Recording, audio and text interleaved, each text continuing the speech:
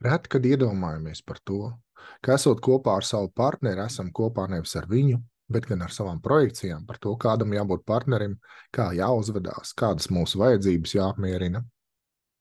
Jungs sauca projekcijas par situāciju, kur neapzināti vai neapjausti netīši mēs savu subjektīvo psihisko saturu pārnesam uz piemērotu ārējo objektu. Tas ir, mēs izmantojam šo cilvēku kā ekrānu savām projekcijām, ar kurām tad arī risinam attiecības.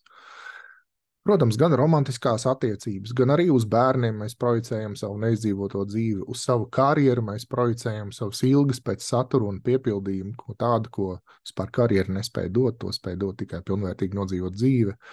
Un, protams, ka mēs projicējam savu ēnu, to, ko paši nevaram pieņemt sevī, ieraugam citos un uzbrūkam kritiski viņiem par to. Pieaugušam cilvēkam jāmācās šīs projekcijas ņemt atpakaļ.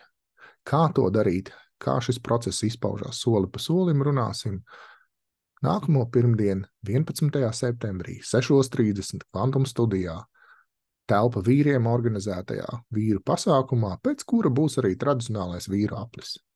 Tiekamies tur!